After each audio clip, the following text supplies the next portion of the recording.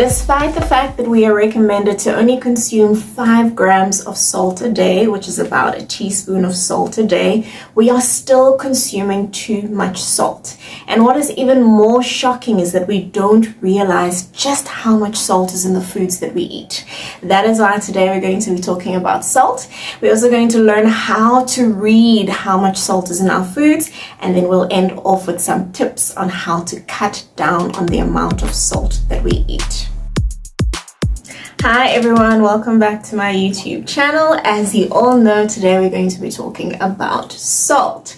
So eating too much salt can lead to what we call hypertension, and obviously hypertension can lead to other complications such as strokes. So it's really important that we do not eat too much of the foods that contain a lot of salt. So I'm just going to teach you how you can figure out how much salt is in the foods that you eat.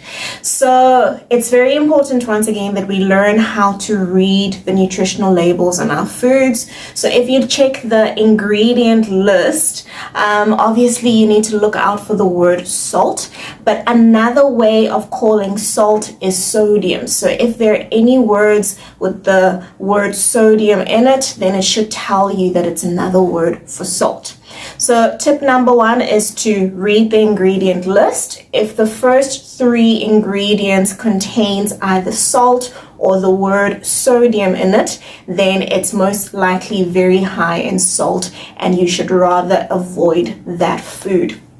Another thing that you can do is to read the nutritional information. You'll see that it'll have sodium or salt. Then you read under the column with the per 100 grams. If the salt is anywhere below 120 milligrams of salt, then you know that it is good. It does not have too much salt in it.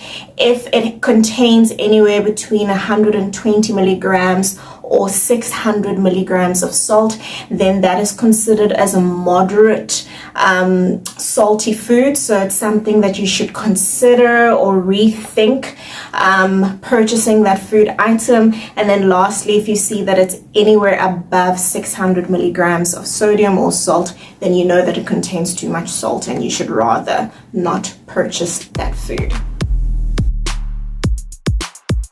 So some of the foods that are very high in salt that you might not know of includes all of your processed foods, such as your sausages, your ham, your bacon, your polonium, your salamis, all your salty snacks like your salted peanuts, salted crisps or chips, all the spices like your beef stocks and your soup powders, your aromat, your bovrils.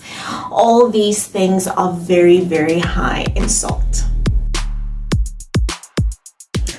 We are now going to end off with some tips on how to lower our salt intake. So tip number 1 is to avoid all processed foods as well as takeaway or fast foods, and this is because they're very, very high in salt.